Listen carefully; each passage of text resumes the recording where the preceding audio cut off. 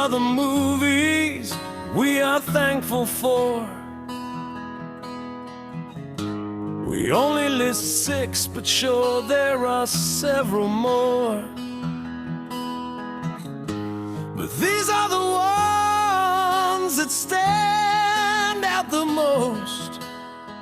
And to these fine movies we will raise a toast.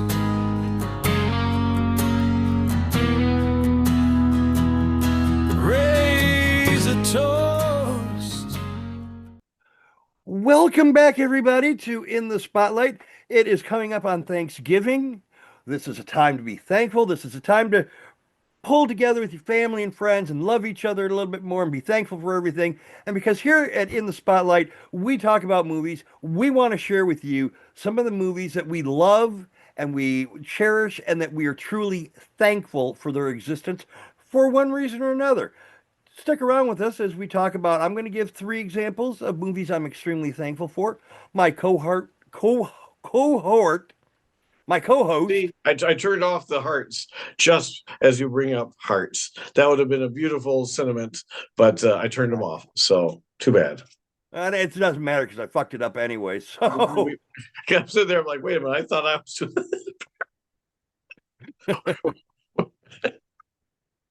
Okay, start over. No, we can keep going from here. Or Well, do you want to start over? Oh, okay. Well, I was just saying fucked up because I couldn't say cohort or cohort. Or heart. Co-host. That's where I was Whatever. fucking up. Okay, that's fine. We can keep going. All right. It was a beautiful sentiment, Yes. regardless. First question, though. What is your... We've been wearing the same outfit for 4 or 5 episodes just because we shot all of them back to back. Why are you wearing Wheel of Fortune? It's not Wheel of Fortune. Because I it looks from rise the up. top. It looks like... What is I'm it? gonna rise up so you can see it in its full glory, and you let me know if you know the movie. If I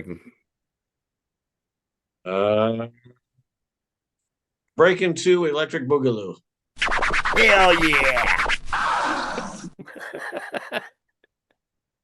I didn't even like part 2. I liked part 1. I wasn't a big fan of It's good. That is the most classic subtitle of all time. How many times do you say a 2 for a movie and then immediately think Electric Boogaloo? It's either Electric Boogaloo or the sequel. Those are the 2 that you automatically jump to. So yeah, anytime I see a 2, I'm thinking Electric Boogaloo. Jesus Christ. What? Fucking cat was behind me, touching me behind the shoulder blades. And I'm like, what the fuck is that? Because I didn't think the cat could reach that fucking high. Thinking I'm getting poked in the back by a ghost or some shit. Yes, Electric Boogaloo 2. Breaking 2. Breaking 2 Electric Boogaloo. Had to have it. Had to have it.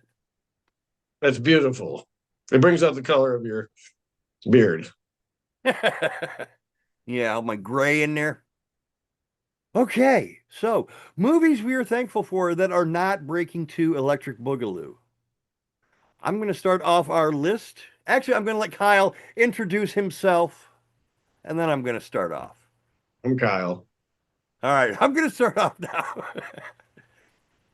The first movie that I am thankful for is called Medicine Man with Sean Connery. It is a story. Interesting. Yeah.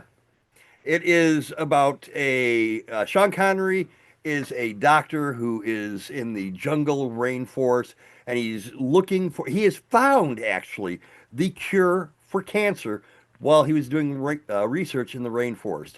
However, fucked up thing is, he lost the recipe. He lost how he made it, and he has to try to recreate it. Don't you hate it when you discover the cure for cancer and then you misplace it? Yeah, it's just, I mean, talk about having a bad day. yeah, that's just horrible. That's terrible.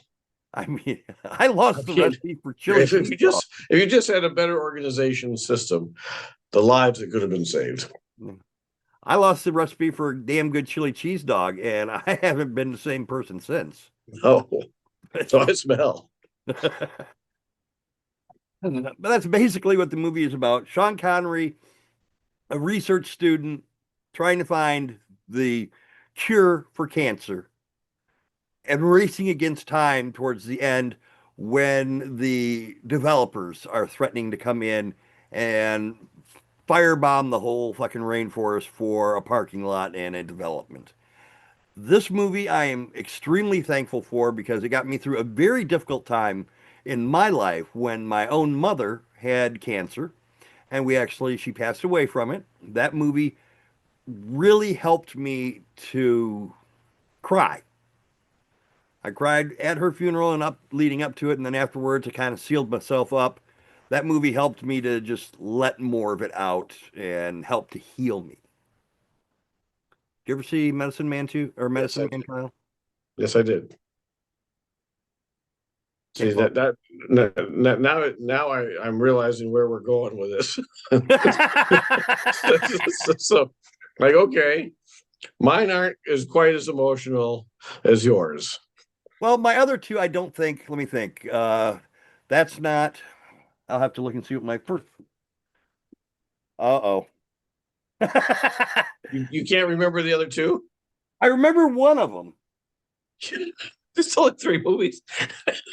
Shit. Where the hell did I put that piece of paper? You're Oh, so shit, I thankful wadded for it up and threw it over there. You have such a bond with it. You should remember it.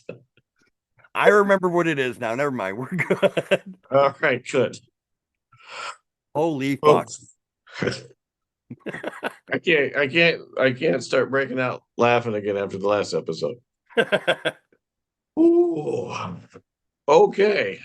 Well, that's yeah. Okay, because now it makes more sense. Because when you first started, I'm like, that's an odd one to choose, but now I understand. So yeah, I can see where that would make a difference. So now I gotta follow that. First of all, I'm sorry for your loss. Um, God. Okay. Yeah. Well, I'm going to start off because it's Thanksgiving. It also happens to be a Thanksgiving movie. Planes, Trains, and Automobiles.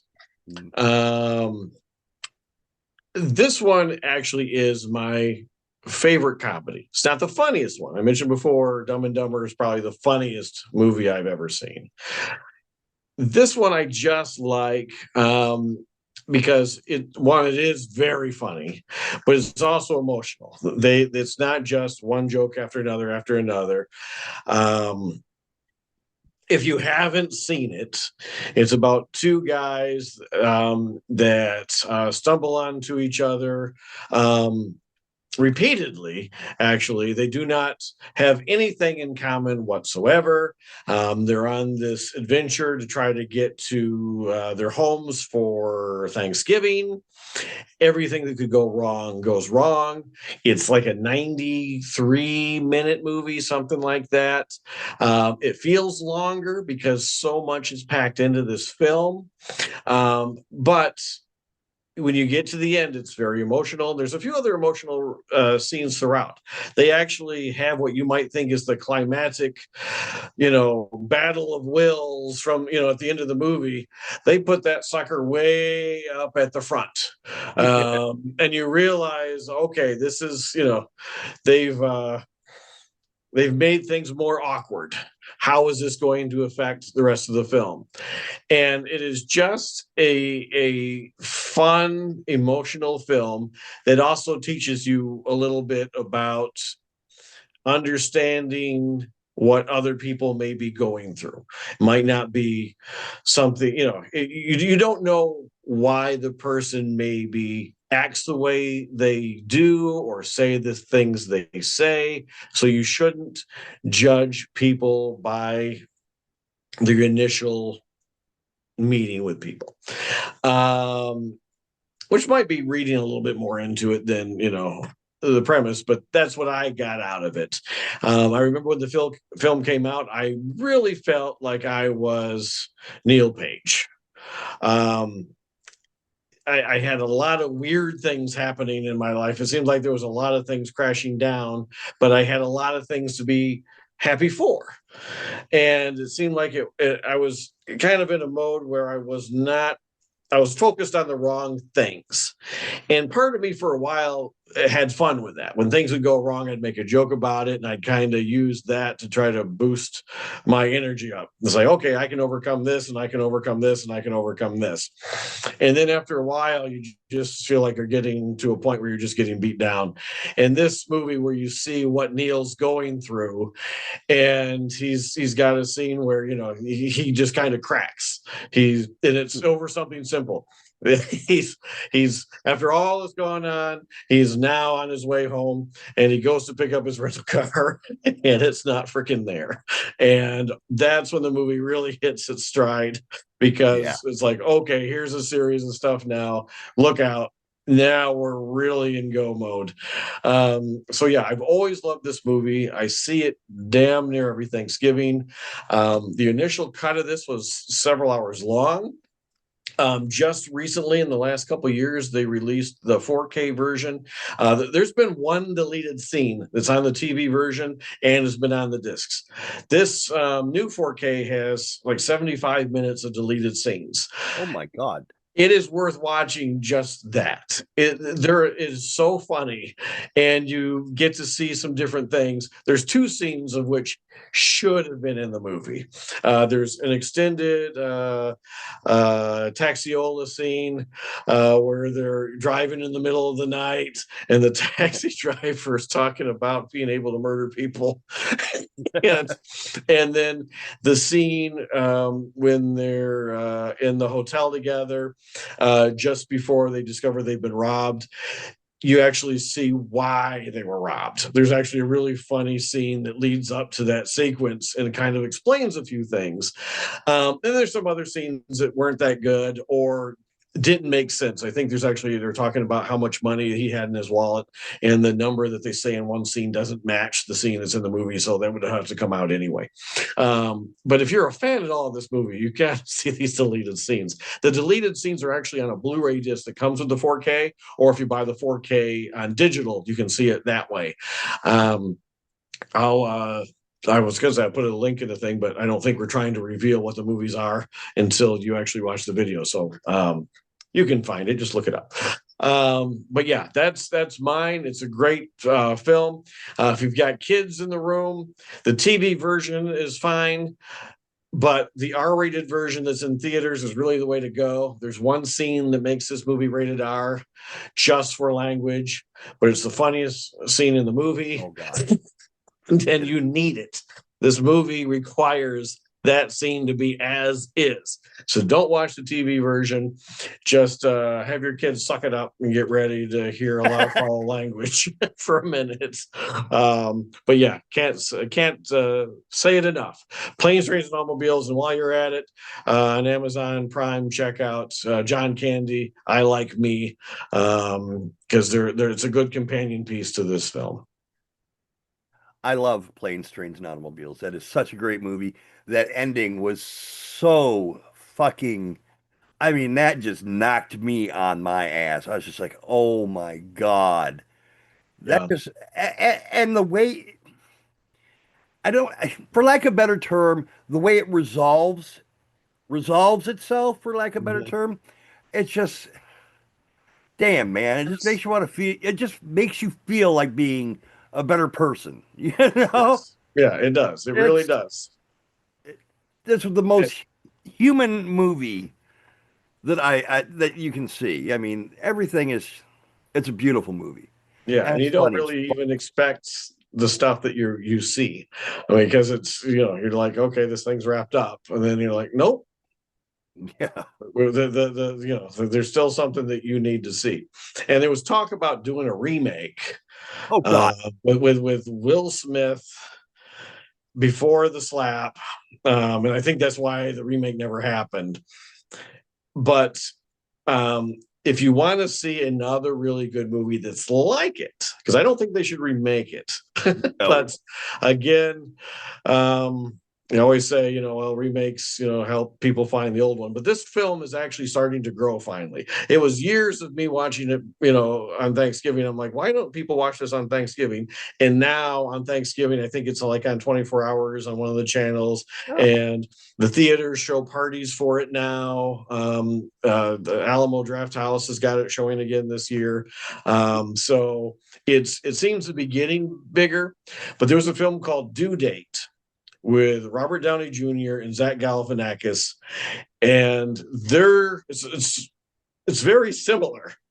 There's actually some scenes that are well, as soon as you see it, you're like, oh, that's like the scene in Planes, Trains, and Automobiles. Oh, that's like the scene in Planes, Trains, and Automobiles. It's a very almost remake of Planes, Trains, and Automobiles without being a remake of Planes, Trains, and Automobiles. It's also very funny. It's also a bit emotional. Kind of maybe takes it a bit further than it should. Where Planes, Trains, and Automobiles pulls it back.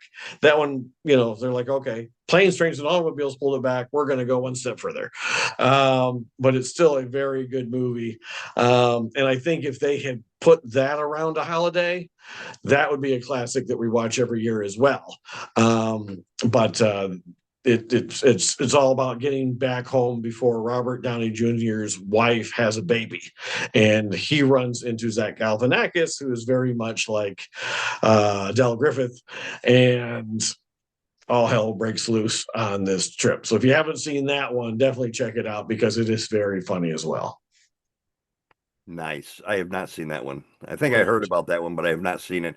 Yeah, check it out. If you like sounds like it. And automobiles, you'll love it. Sounds like it. Sounds like it. My What's your next second one? pick for a movie that I am extremely thankful for.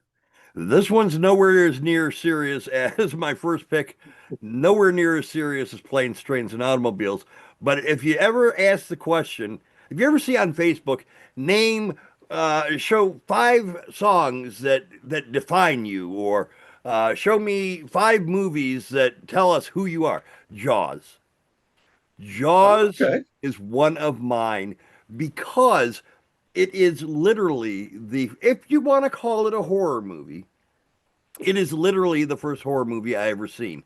If you do not want to call it a horror movie, it is the first movie that scared the ever-loving fuck out of me and made me want to be scared more because of the rush. I remember watching this movie when I was, God, was I 7, 8 years old? I don't remember how old I was, but I was young. Never seen a horror movie before, never seen anything scary like that before. Sitting on the floor in our front room, mom and dad on either side, sitting there on the carpet. That fucking shark comes out for the first time when Roy Scheider's chucking the chum, the "you need a bigger boat" scene. When that fucking shark came out, I got rug burn on my ass because I skidded back across that carpet, probably about 10, 15 feet. That freaked the ever-loving hell out of me. That was the ultimate jump scare for me. And ever since, I couldn't turn back. My dad would tell me stories about the movie Halloween, John Carpenter, after that, and I was dying to see that, all because of Jaws. Jaws made me into the horror fan that I am today. This is Great. well, that explains why you want to do this other interview. Yes. Working on it. Haven't heard anything back from it yet. Well, the movie's not coming out till summer 90 or 27, so you got time. Well, that's very interesting. Yeah, I had just rewatched Jaws. And if it, by the way, I just texted my wife to bring up something. So if it looked like I was ignoring you, I wasn't. I was trying to bring something up because it relates exactly to what you were talking about, and I wanted to bring it up before you were done talking. So hopefully she brings it up. I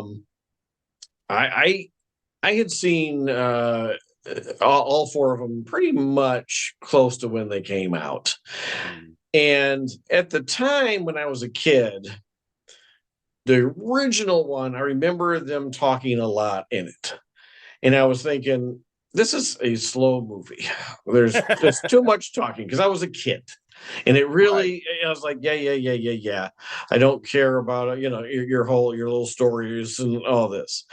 And when the second one came out, I liked the second one better at the time because I'm like, okay, this one's got a little bit more action to it. Yes. And then the third one I didn't really like, and then the fourth one I liked the fact that we were back to the same family, but it still, wasn't as good as the third one, in my mind anyway at the time. And I had a friend I remember watching the shark eats the guy, and my friend goes, "Is he dead?" I'm like, yeah, he's dead. So anyway, you jump all these years later, and I hadn't really seen any of them back to back since. So when the new one came out, or not the new one, the re-release for Jaws 50 in IMAX, we went to see that again, and I'm like, okay. And it was the first time I had seen Jaws in a theater. I had seen Jaws 2 up in a theater, but I didn't see Jaws 1 in a theater. So this time you're focused on, there's no distractions. I'm now 53. So, and I'm watching this movie, and you get, it's a completely different movie. Oh, yeah. Not only are you more surrounded by what's going on and you're into it more, but it's the dialogue that really makes that movie. I was like, it's these three guys. It's not the shark. You don't even see the shark half the time. And I know that was they couldn't get it to work. And if you'd seen the shark more, who knows if that would have had the same impact or not. But I remember they even making the one comment, and Quinn's talking, just sitting there at the front of the boat, holding, his rifle, just sitting there like, you idiots, it's just like, so proud of himself. And it was something I never really paid attention to. And so watching it now, I'm like, this movie is so much better than I ever gave it credit to, because I had a thought in my head as a kid, and that thought just carried with me till years. And if you watch it on TV, you would pop on TV and I'd see it, and you got commercials, and that just that makes it longer. And if you're already, I'm already okay, here's the dialogue scene, but if you pay attention to what they're saying and you listen to what they're saying, you just get encapsulated in this movie so much. And then when you watch 2, 3, 4, it is so obvious, that you're missing this dynamic of these three actors, that you're like, okay, now it's just people afraid of a shark or people trying to kill a shark. You don't sit there, you don't, you need that quiet time with them just talking, and then just before all hell breaks loose again. And that doesn't happen. And you realize just what incredible performances they had in that, and the difference between having a Steven Spielberg make a movie and other people trying to follow up what he did, because he literally broke the mold. And there's been so many shark movies since. I enjoy a Megalodon, but is it? It's no Jaws. Yeah, it's a that's a popcorn version, where Jaws really is a masterpiece and so well done. And just having the shark grab the girl, she's moving around, it's not just and she's dead. She's over here, then they even parodied that in Ace Ventura when he falls into the thing with the it's that movie. I have a whole new respect for it, and it took me way too long to gain that respect. But yes, so very well done. And I can just imagine, if you're young and for the first time seeing these things pop up, and it's definitely it's earned its 50-year status and being re-released. That fucking shark scared me so bad that we would go to the swimming pool, and I would jump into the deep end and have to be out in 5 seconds because that fucking shark was going to come up from the bottom of the pool and snatch me up. But I kept doing it over and over and over again. I kept jumping in and I'd have to climb right back out because I was so terrified of that fucking shark. Yeah. Yeah. And I can, same thing with, when Psycho came out and people were afraid, to take a shower. Yeah. Because, yeah, if you, because you didn't expect it then. I mean, now, there, like I said, there's so many shark movies. You expect, okay, I've seen this a million times. It's not a big Right. deal anymore. We've become immune to it. But the first time somebody does something like that, yeah, it just, puts a whole new dimension on you. So yeah, I can. The first time a person is attacked by a balloon shark. I mean, my God. That I mean, you don't see it coming. It's just floating there, da da da da da, and then the next thing you know, oh my God, or even worse, an anaconda. Oh my God. No. The anaconda down to Anaconda continues. This Christmas, Paul Rudd and Jack Black, they want to remake their favorite childhood film, Anaconda. But the snake that they recruit dies. So now they have to go into the jungle and find a new snake. Will the snake get them or will they get the snake? Find out this Christmas only in theaters. Anaconda. It actually sounds good when you narrate it. If you could just take out the Jack Black part. Oh, Jack Black. I love him.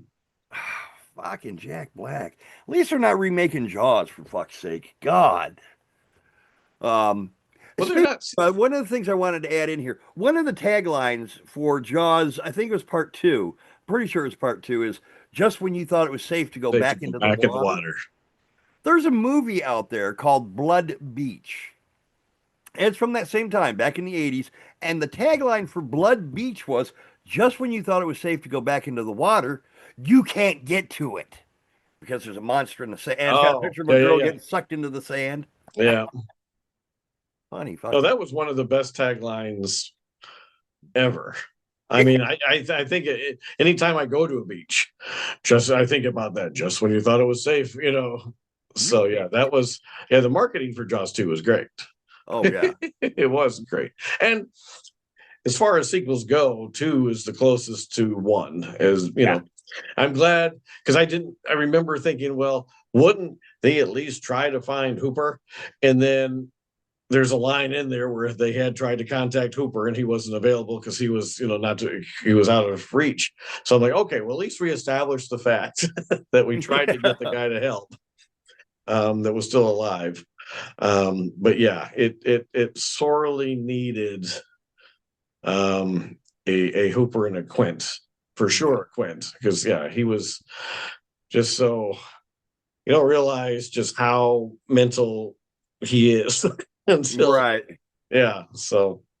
excellent choice. What's your next choice?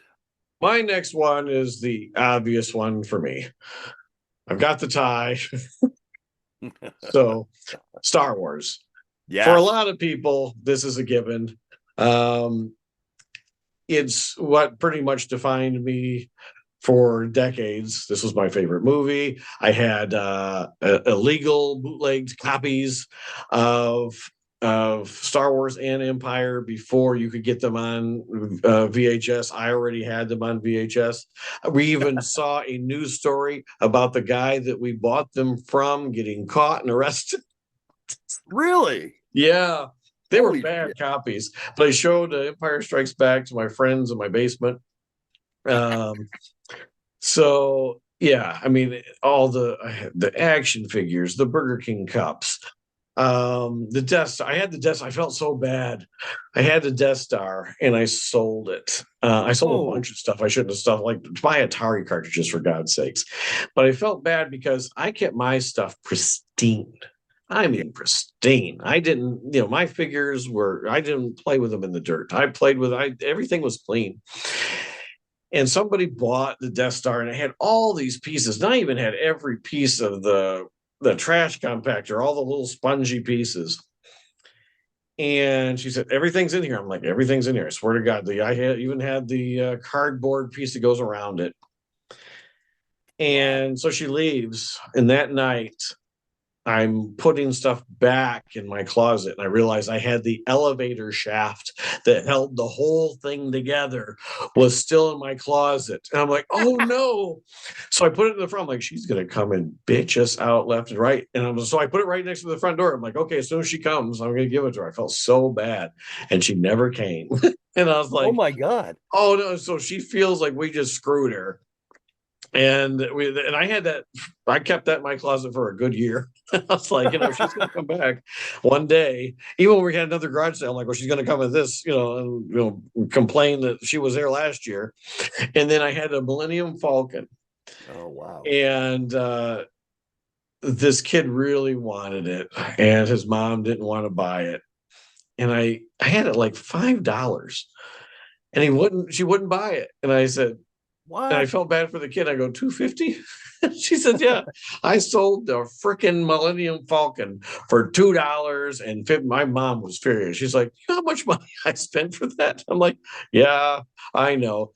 Now I would kill to have all that stuff back. I was so stupid. I mean, now everyone's, when episode 1 came out, and we're out there collecting all the stuff. We're like, oh, this is going to be valuable someday. Nothing episode 1 on is valuable. Everybody collected it. Everybody kept them in boxes. Nobody did crap with them. You can't sell them for a fraction of what you bought them for. So yeah, I completely screwed the pooch on Star Wars stuff. The one thing I do have are the old comics. I found those. I'd accidentally put them somewhere else, so I still have those. So, and I have a poster from Empire Strikes Back that Burger Chef released. Burger Chef no longer exists. It was Wow. from Coca-Cola. It's the scene in the my favorite scene in the whole damn franchise, the Carbonite scene with Han Solo. It's autographed by Billy D. Williams, Anthony Daniels, Dave Prowse, I think Jeremy Bullock. Not sure who else. And Jabba the Hutt's name is spelled wrong. And so I'm like, this sucker has got to be valuable. It's probably the most valuable thing I've got. so that I'm glad I held on to. I was upset I never got Carrie Fisher's signature, and Harrison Ford, is impossible. I do have a signed Empire Strikes Back script from Harrison Ford that my wife got, which is very cool. Yeah, so all that stuff is under lock and key. That's yeah. I'll buy that one thing from Burger Chef off you for $250. $250,000. No, and that was actually my wife got Billy D's signature on that, because all the signatures I know are real because I got them, and my wife got Billy D. Williams, and somebody in line saw it and she says, that's vintage, and she goes, yeah, and was trying to come up with something. It was like he had a helmet, a stormtrooper helmet, just covered in signatures, and offered to trade her, and she's like, no, my husband will kill me if I trade. Wow. And I'm like, yes, I would have. so yeah, I've those are nicely tucked away. But yeah, so I got a couple valuable things. But Star Wars just defined. I mean, every movie I would watch after that, I compared to it. I dressed like it. I had the sheets and the pillowcases and the so much stuff. And I've got all the movies still. I'm teetering off of Star Wars now that they're kind of going in areas that I don't, because to me Star Wars is Han, Luke, and Leia, and C-3PO and R2 and Darth Vader. That's Star Wars. It was those characters. Again, you've got the Death Star, and you've got TIE fighters, and you got the Millennium Falcon. You've got all these cool things. But it was that combination of characters, like in Jaws. You've got certain characters that just do things a certain way, and magic happens. And trying to recreate that is difficult. And you can keep putting them in the same universe, but it just doesn't seem to have the same gel as this group of people. So yeah, Star Wars really has been a factor in my life. Empire Strikes Back is my favorite of the bunch, but it was the initial Star Wars before there was a New Hope, before Greedo shoots first. This is how I remember it. This is how I loved it. And yeah, it's probably the most comforting movie that I can watch. I can definitely go along with that. I can definitely attest to that because I dealt with that kind of Kyle back in high school for many years. Mhm. Star Wars is a great flick. I can't go back. I can't go back now and watch it and be the same fan that I was back then. I don't know, life jaded me or I'm cynical. I don't know. But back then, Star Wars was fucking phenomenal. I didn't have as much stuff as Kyle, obviously, but I had the figures and I kicked myself all the time for, oh, I fucking chewed. For some reason, I chewed on Greedo's antennas on a regular basis. That is odd. Do you I have like a don't know fetish why. for Greedo? I don't know. I just did. I would chew Do on. you dream about Greedo? Do you have the wife sometimes dress up as Greedo? Is it Would the you like to fingers? know? You're like, look at what you can do with those. Those can get places that ordinary hands cannot. I'll never tell. Uh, but yeah, I used to love Star Wars. I used to have all the shit too. I'll have to double check, but I might actually have um the trading cards because we Yeah. used to collect those when I was growing up. I know I have Close Encounters trading cards. Yeah, I've got yeah, those I've got stored too. Got Alien. Yeah, I forgot. I think I've got all the trading. I think I've got complete sets. I think maybe one card is missing from one of the sets, but I haven't touched them. They've been in boxes and in storage for a long time. So I don't know what kind of condition they're in because I used to store them on site. And then I opened one box up and it was completely moldy. Everything in it had been destroyed. So I'm like, well, not doing that anymore. Um, but yeah, I've got them. I was thinking at some point, I'm getting to the point where I'm like, okay, I've got fewer years in front of me than I got behind me. What am I going to do with these? Maybe this is probably a good time to sell them. I don't know. Um, but yeah, and I've got like Mork and or I had, I don't know if I still have them, but I had Mork and Mindy, Close Encounters, Raiders of the Lost Ark. I think I got some Jaws cards, even now that I think about it. Not like a whole set, but just a few of Right. them. Because that used to Star be Trek, it. I know I've got. Do they still do cards for movies? I don't think so. Not often. I mean, it's got to be a huge. That's the thing. Movies are so unpredictable now. You can't really put a lot of. If you don't put a lot of marketing into it, then the movie may not do well. Right. But if you do put a lot of marketing into it and it doesn't do well, then you're stuck with all these, stores. I remember, You've the got an episode. Atari 2600 ET landfill on your hands. Yeah, exactly. That I almost went to when Oh, they were digging that up.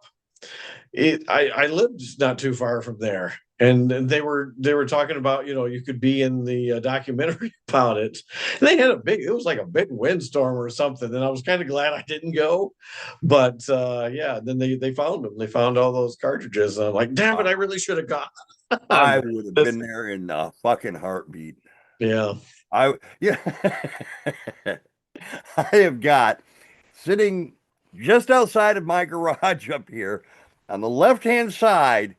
I've got an Atari 2600 ET game that's been buried there for about Really? 4 years now. Wow. I bought it and I buried it because it was going to be a Christmas gift for my dad. Mhm.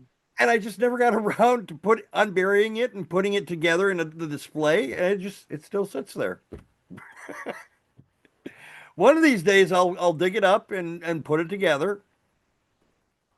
Oh, I got to show you something. This is completely off topic. This will probably get cut. Well, maybe not. No, we're rarely on topic. Oh, Pitfall. Autographed by David Crane. Wow. That's cool. That's one of my prizes. That's cool. Ah. I got remember the song. All right, so we wrapped up on Star Wars. My Yep. final option or my final pick for movies that we're thankful for is The Karate Kid. Okay. I love The Karate Kid. I love the time that it was made, the era that it represents, and I love the story behind it. I love that is to me the ultimate underdog movie for me personally.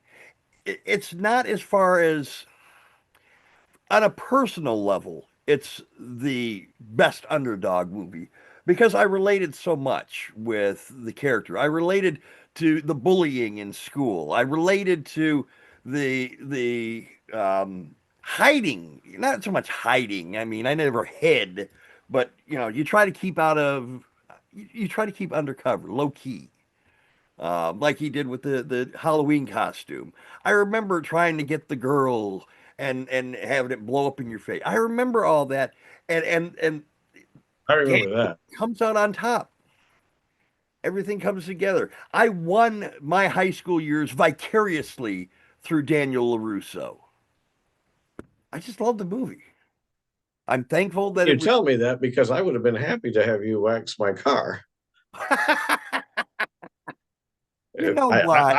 I would have jumped on the opportunity for you to take it to another level and wax on, wax off. I'll let you wax on and wax off. Next time I see you, I'm going to sweep your fucking leg. And then I'm going to bite you. Yeah. Check the earlier videos. I don't know. I love the Karate Kid. The second, third, I love all of them. I love them all. Even the one with Christy Swanson. Is that who took over the No, no. Karate Kid? If you No, hadn't said it, I would have had it. If you would have asked me who it was, I would have told you. And instead, you put up a bullshit name. Now I can't remember. Oh my she was god, Swank. Hillary Swank. There you go. Hillary Swank. Yes, Only reason I finally remember that is because my wife has an alternate name for her, I which bet. I'm sure you can gather that what that would be. I even liked that Karate Kid. None of them as good as the first one. Yeah, The second one was pretty close. They made yeah. the Cobra Kai show. God, I fucking fell in love with that season one. I was on cloud fucking nine, just reliving my high school days and the nostalgia. And then they just got kind of silly after that, bringing back every single character that they possibly could. I don't like that. I still enjoyed it, but it got a little bit, I don't know, corny. But I love the Karate Kid. Daniel LaRusso's my hero. I'd never do that. Did you see the new one? I'm waiting for it to come out on something that I don't have to pay more money for. I think it's Son of gonna a be. bitch. On a side fucking note that we never do, we don't ever go off on a tangent here. But son of a bitch, you watch that Fight or Flight movie, Yeah, and I was going to watch that fucking movie because I seen it on Amazon Prime when it was and it was free to watch, and all of a sudden I go to watch it, and it's got a you can't pay for it. lockbox on it, and it says, Yeah, "Oh, you must pay for a premium yeah, Paramount." yeah. You need to. It's there. You just got to get HBO to get it, I already or paid. Showtime. Yeah, it's on Showtime. I already paid for that. Is it Showtime? I thought it was Paramount. No, it's Showtime. Oh, Showtime. It's Paramount. with Showtime. Oh, all right. They're the same app now. Because I've got Paramount. Well, if you've got Paramount Plus, do you have Paramount Plus with Showtime? I don't know. I just know I got Paramount. Because it used to be separate, but now I think it might be included. So you might already have it. Well, it won't let me watch it. Well, then you don't have it. Fucking. Well, I if you got went Paramount through right here. Amazon, Paramount you're not Plus going right to get here. it. You got to go through it Paramount wise. If you go through Paramount Plus, I've got Paramount Plus pulled up. I'm gonna watch Matlock. I'm gonna watch the newest episode of Matlock because it says it's a new episode. I'm gonna watch it right now. I'm gonna watch it right now. Fucking slow phone. well, that should work. It's going. It's playing. Okay, so yeah, now search Fight or Flight. But I go back to, let me get to this. Fight or flight. Upgrade, rent, or buy. Oh yeah, you don't have it then. You just have Paramount Plus. You do not have Paramount Plus or Showtime. You know what? Fuck that bullshit. I pay for goddamn Paramount. I want the goddamn movie. You know how many fucking movies I pay for fucking Netflix? You know how many fucking movies are on fucking Netflix I want to fucking watch, but it says, oh, due to licensing in your area, you can't watch it on ad supported. You have to go ad free. What? What goddamn license tells me and tells people that, oh, you can't watch this movie with a fucking commercial in it? I'm fucking pissed. For the record, it wasn't that good. It started off good, and I'm like, oh, this is I'm gonna be pleased with this one. This one looks and Katie Sackhoff's in it from Oh wow, cool. Longmire and Star Wars and Battlestar and all those. So I'm like, oh right, and it really starts off strong, and then it's just relentless. It's almost too much. It's like, okay, it's one action scene. When you're watching like Nobody, and action sequences, we break it up a bit. And action sequences, we break it up a bit. This one is just, action, and it just gets boring after a while. You don't care. And then the ending, I won't give it away, but it's better than some of those nonstop action films, but there's been so many of those lately that I was just like, okay, I get it. And I got bored. It just pisses me off that I'm already paying for the damn thing, and now you want more money out of me to watch one or two things. Fight or Flight would have been the only thing I would have watched with this Showtime add-on. That is the only thing I've watched on it. That is the only thing I've watched on Showtime the entire time we've had it. But yeah, I'm getting Paramount Plus through some deal. All the streamings I have, I've got some sort of deal why I have it. Wow. So fucking just pisses me off. And I get so excited about something on like Netflix, like they had Until Dawn hit there. And I wanted to see that because that's based on a video game. I click on it and it says, oh, due to licensing, you can't watch it until you pay $25 a month. You know what? Fuck you. What's your name? Netflix? Fuck you, Netflix. You ever see that skit? Fuck you, Ezekiel. What's your name? What's that? That's where the two guys are on opposite sides and they're hollering at each other. It's like, hey, what? What's your name? Ezekiel. Well, fuck you, Ezekiel. Well, fuck you. Hey, you see that fire over there? Don't you bring my mother into it. I built that fire. Oh, cool. And then I fucked your mom next to it. Fuck you. It's fucking hilarious. Have you ever seen it? Apparently not. I don't remember that. Oh, it's fucking hilarious. Definitely. It's on YouTube. Check it out. All right. I'll check it out. Stupidest thing, but it's funny. What's your number 3 thankful movie, Kyle? My number 3 is 50 to 1. This movie means something to me because this was the first movie I got to work on. I'm not in it. I was a stand-in, And then for one scene, I was a grip and a stand-in at the same time. So I'm standing in for actors, and then I had to run across when they brought the real actors in, and run across and keep traffic from messing up the scene. And then we'd stop, and then I had to run back and hurry up and stand in for the actor, and then I'd come back and I run back the other way, and I Holy kept shit. doing that all day long. Kind of like when I was talking about Independence Day when I was filling in for Brent Spiner. I was in one scene, and then I had to run over and fill in for Brent Spiner. Then I had to run back and move a bomb, and then I had to run back.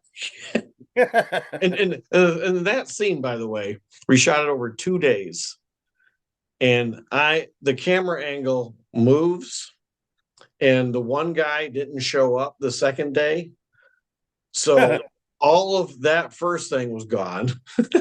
So Wow. the second day, and I'm positioned back here. So four of us are moving a bomb for 2 days through this thing and then backward and through this thing. It's like this crate of bombs, and it's still heavy. They're not real bombs, but they're heavy. And I'm Are you pushing sure this they're thing. not real bombs, Kyle? Yeah, and then I'm running back and I'm doing this thing and I'm doing, the stand, I do it, and this is and so I'm behind the bombs, and this is what you see. That's it. That's the entire sequence, 2 days. That's it. Oh my And that's the only God. reason you see that is because while I was walking on my damn tiptoes so I could get over the freaking, so you can actually see me back there. Like, I ain't doing all this and not getting seen. So, Fucking funny. yeah. And then they edited most of the other scenes out. So I'm like in it 3 times. One time you can't see me at all. And another side you see me from the back. So I'm like, but all the other stuff was taken out. I'm like, oh, you bastard. That was the first movie I was in. This was the first movie I actually worked on. It's the true story about a horse. I'm not going to give away what happens with the horse, but something happens with the horse, and he was in the Mind That Bird. If you're familiar at all with the Kentucky Derby, you already know what happened. But the story is about these cowboys who really don't have anything going for them. And somehow their horse gets qualified for the Kentucky Derby and just happened to win the right race in order to get into the Kentucky Derby because it hasn't won anything else. So they're going to the Kentucky Derby, and everyone's making fun of them because it's like, okay, what the hell are you guys doing here? And they they don't act like you're the regular horse owners. I mean, people are coming with $2 to $4 million horses, and they're all fancy, and then they're coming to the party in their cowboy hats, from New Mexico, and they're coming in.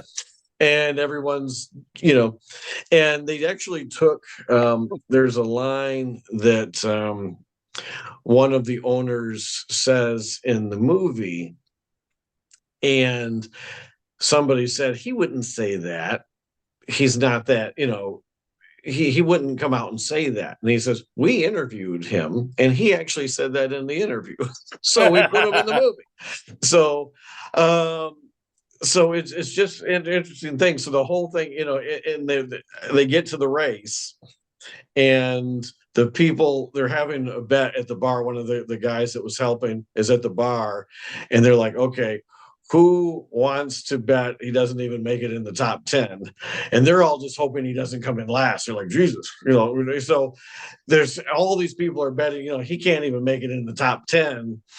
And they're like, and it's just like it's going to be a total embarrassment because they shouldn't even place in this race at all.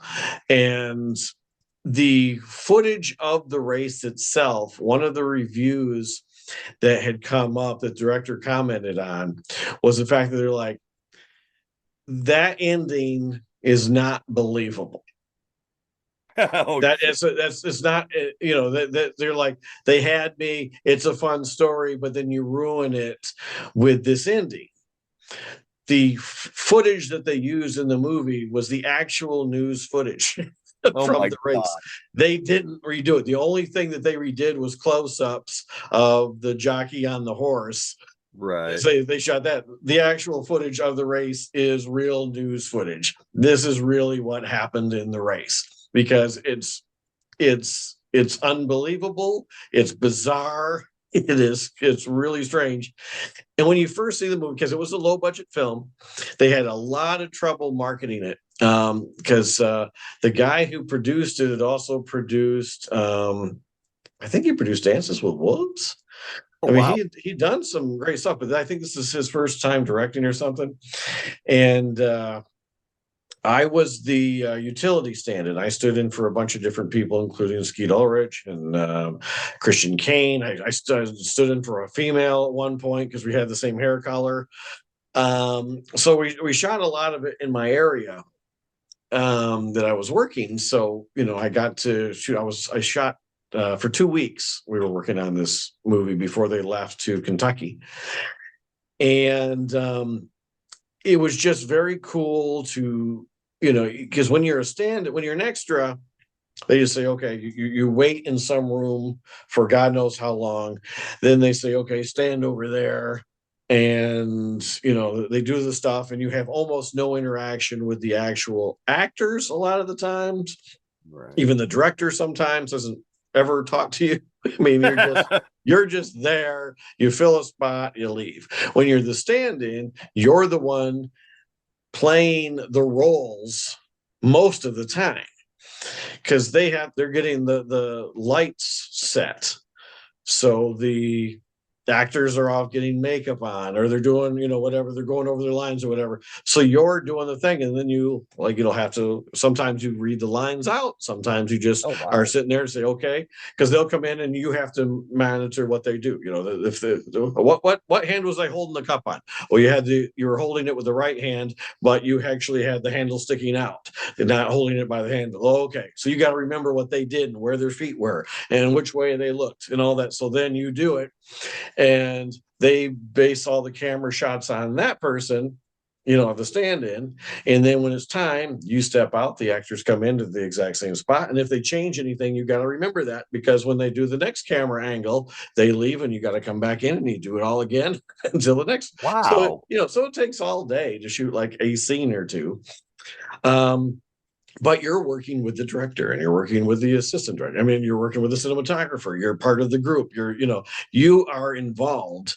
So even though I'm not in the movie, that was the movie I also had the most involvement in, because I'm sitting there and I'm watching and I'm learning. And you're just mesmerized by how fast they have to take everything away from behind you, because now we're turning the camera this way. So now, and then they, they're looking at their phones and like, okay, yeah, the cup was sitting there and the paper was there and the whatever was there. So you have to put everything back. And it for somebody who always liked movies and always wanted to be in movies and never thought I'd actually be in a movie, even though this was a small budget film, it was so awesome getting to meet the people and see how it works.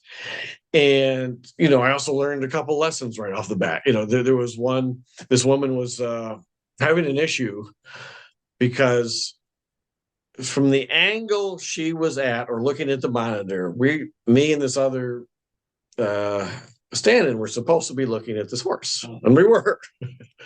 And she said, I need you to look at the horse. So we're like, okay. Would you please look at the horse? So we're like, yeah. She says, there's a horse out there. Would you look at it? In which I should have said,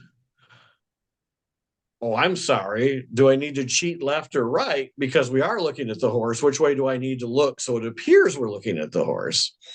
Here it is. Here it is. We got it just in time. Thank you.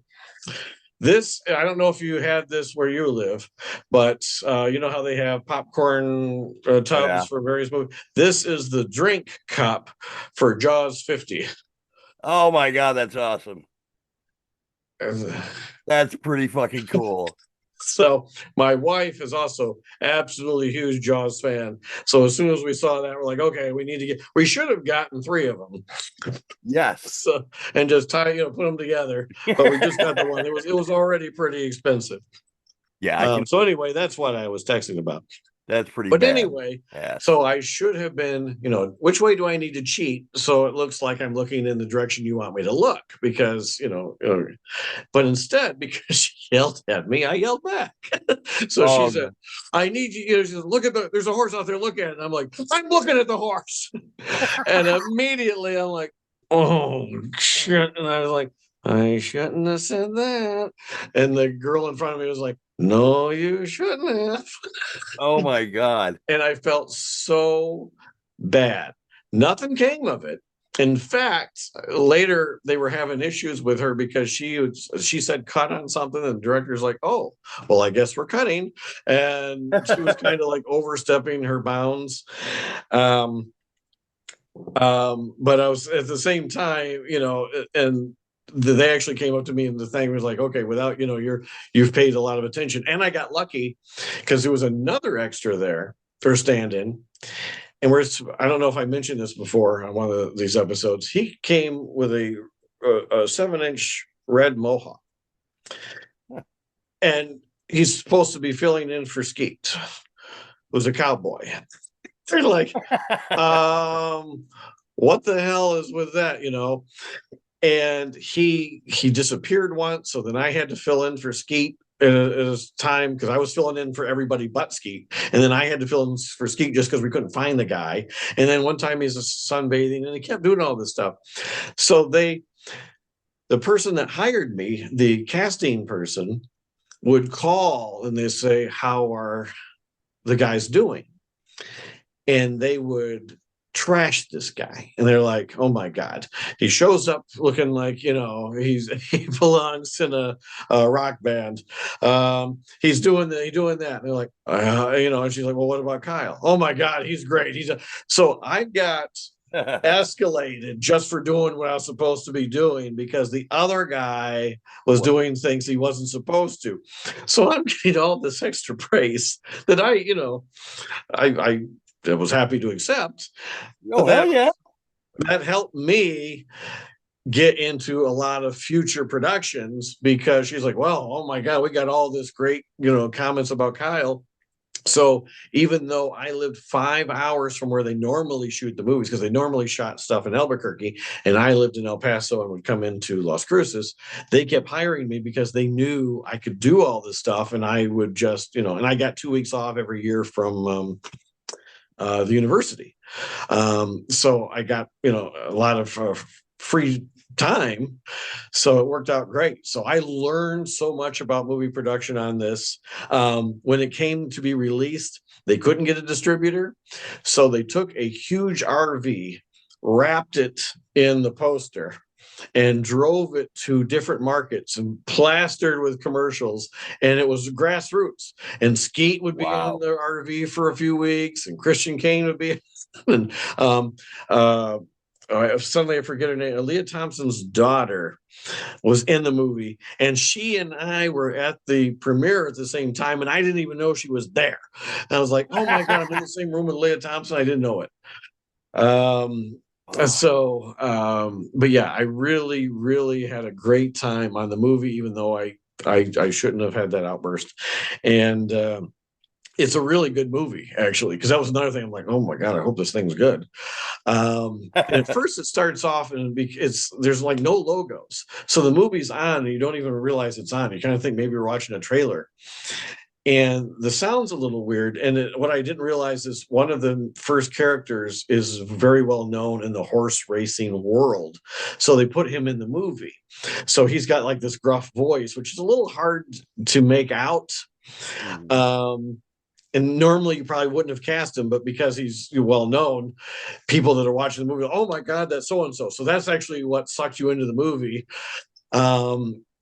But then it's funny watching what these guys did to try to get this horse, in a position that they shouldn't have done. I'm not even a fan of horse racing at all. In fact, I'm actually somewhat against it when, all the issues they had with, all these horses dying and stuff. I'm like, okay, but the horse in this movie was treated so well. In fact, we had a scene where they were going, we're supposed to be, people are supposed to be watching the horses run. And we had a van drive on the track so that the people's line of eyesight would be the same. And they realized you could see the van in the glass behind everybody. And you could also see reflection in the glass. So they're trying to get rid of reflections and stuff. And people kept saying, well, we can just bring the horses out. They can race. And he says, no, I don't want the horses to do any more than they have to do. He says they should just, we don't want to make the horses work. The only time we want a horse is if we have to, somebody's going to be on the horse. Otherwise, we don't want to use the horses. So let them do their thing. And there was one horse that kept opening up his little, he was in his stall and he kept opening the window and poking his head out. And they're like, oh, I'm sorry, we'll figure it out. And they're like, no, if he wants to poke his head out, it'll just be part of the movie. Let's have him poke his head out. And at one point, the horse was chewing on my sleeve and I'm just sitting there with him. And I was going to make a joke. It was funny because at one point, the horse got an erection. And when they say hung like a horse, I was like, holy. We're like, oh my. So we had to wait. We couldn't shoot until he calmed down. So I made I didn't, because I didn't know these people, but I should have. I should have made a joke. I was like, well, if you need, I can take my pants off and be his stand-in. But I didn't, and I should have. But all of the hard work that they went to trying to promote this movie, and it never got picked up by a distributor, and I don't think it made its money back. But it's a nice movie. I can attest that the animals were treated very, very well. Again, I'm not a fan of horse racing, but this is a cool movie, and it's one of the few movies I went to an audience screening. There was like 16 people in the theater, and and people were cheering twice in the movie because they're so happy for they're like, oh my God, because there was a couple scenes where, oh my God, this is cool. And you don't see people usually abrupt. And and I'm like, there's only 16 people in here, but it sounds like there's a hell of a lot more. Yeah. So it just, that made me feel good. I'm like, oh, okay, the one movie I'm ever going to be a part of, and it did that well. So that has always been a huge, and I wish it had done better. But that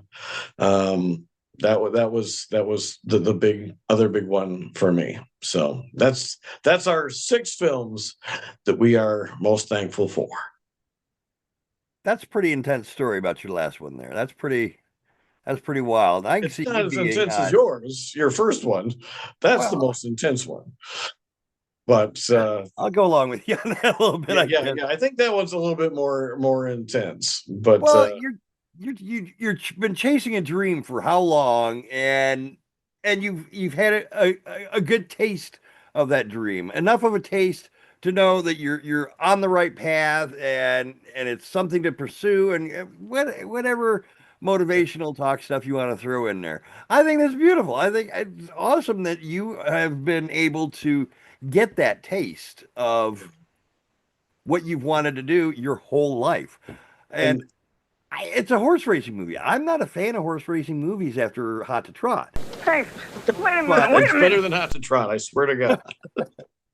But seriously, I think that's one of those stories. Listening to the whole thing just makes me smile.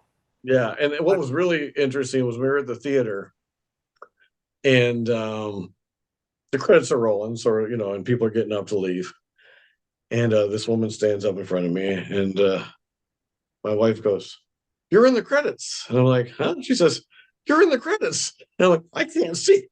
So she grabs me and she pulls me over, and I saw my name just as it was going off. And I didn't, because a lot of times stand-ins don't get credited. Right. So I was like, oh my God. So I was also in the credits. And then That's because awesome. they kept going from town to town, there was opening nights in different towns. So I went to a couple of the different towns too. So we got to, I was at the premiere. I wasn't invited to the premiere because I was stand-in. Right. But one of the actors was there that I stood in for, and he was kind of by himself. And I was talking to him, and I had a 50-1 shirt on that I was gifted from the daughter of somebody I worked with who worked at the theater that where they had the premiere at. So Say she what? got a shirt. So she gave me the shirt. So I came on, so I'm wearing this t-shirt. They come in tuxes. But the one actor, he said, I didn't know because he was a taxi driver. He just happened to be in different movies. And he's, I didn't dress for this. And he was like, hey, and he goes, well, I'll see you in there. I'm like, I don't actually have a ticket. I said, so enjoy the movie. And he goes, just wait, just a minute. He takes off and he comes back and says, I tried to, finagle you a couple tickets, but I couldn't make it happen. Or no, he said, I tried to finagle you a couple tickets. And I'm like, well, I thank you. I appreciate that. But I understand, it's by invitation only. He says, and I got you too. And so my wife and I were like, oh, cool. So that we got to go to that premiere. That's I awesome. wasn't, yeah. So that was cool. So yeah, it just turned out to be really fun. But that's why when we interview some of these people who are making low budget films that a lot of people may not see, I really feel for them. That's why I'm like, you're making your dream come true, whether this is going to be a huge success or some of them turn out to be colossal failures. Yeah. But while you're making it, you're there, you're in there's a feeling of when you're there that I can't describe, but it's something that you can never be replicated again. And just anybody who has that opportunity to get in it, whether they're paying to get in it, hired to get in it, it's usually once in a lifetime opportunity. I've had the benefit of being able to do it many times now, and this is what started it. So that's why I'm thankful for 50-1. It's on DVD. I think you can still get it in stores, and I know it's on digital, so you can buy it that way. So please do and check it out. I think you'll enjoy it. We will give it a shot. I say that about everything, and I never find the time to sit down. That's one of the things that hurts about doing the show is, I don't know about you, but some of the movies that you've seen that I haven't, you make me want to see them. I want to see this one. I want to see I don't remember what the name of it was, the firefighter one. Only the Brave. Yeah, that one's really good. I want to see the one about the hole into China. Oh, yeah. Yep. There's been a couple other ones that we've brought up over the course of this show. That I'm just like, that sounds pretty good. I got to check that out. I never find the fucking time. Yeah. Partially because of this fucking show. This show has been time consuming. Yes, it has. Yeah, because not only do we got to watch the stuff, then we got to do it, then you edit it, then I got to proof it, then you got to re-edit it. You got to proof it sometimes. Boy, that's fucking payback for ain't a countdown, bitch. That last episode was rough. Holy cow. I even sent him a message saying, this is how you really spell that guy's name. I hope I don't misspell it in the video. And I still misspelled it in the fucking video. Not only did you tell me how to spell it, then say, oops, that's not right. It's actually spelled like this. And then, whoops, that wasn't right. This is how you spelled it. Then you misspelled it on the video. So, and then the best part of all of it, not even the police academy thing, was the fact that we were shooting for this November 7th date. And that wasn't even right. It was November 1st. That's why I was like, are you okay? Are you having a 40 years worth of leap years? Fucked everything up. It doesn't change the date from November 7th to November 1st. It was the first Friday of the month. Oh, that's what I was wondering how that happened.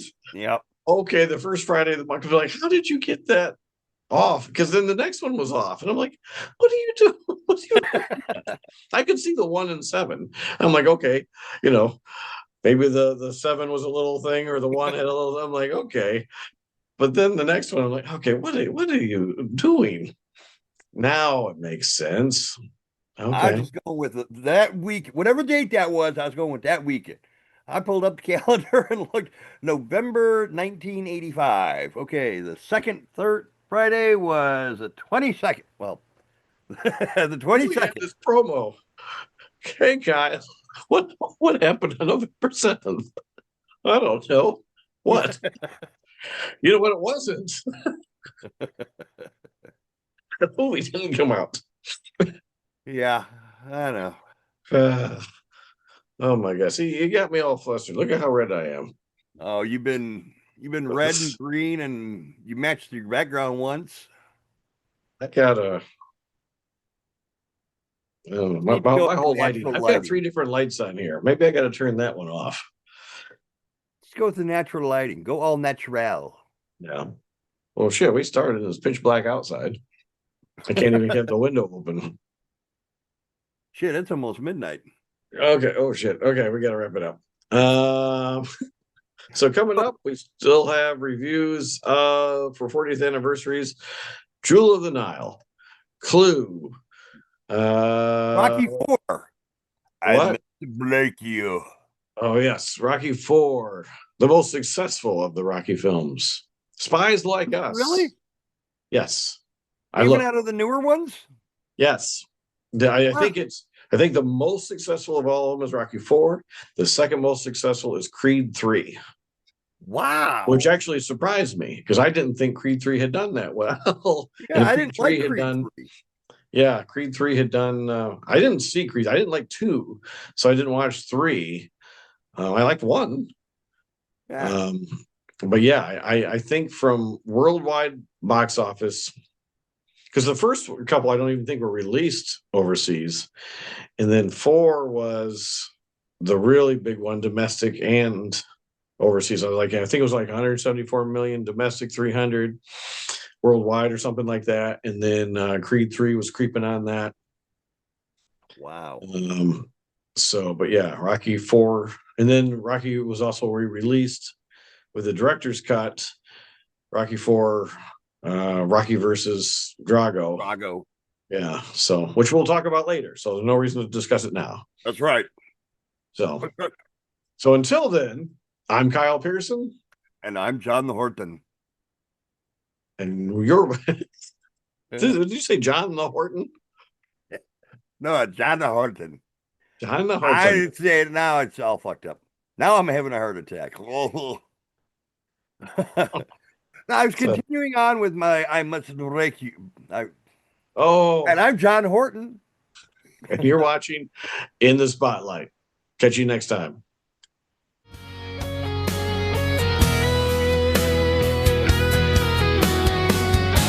We hope you enjoyed what you've seen here today.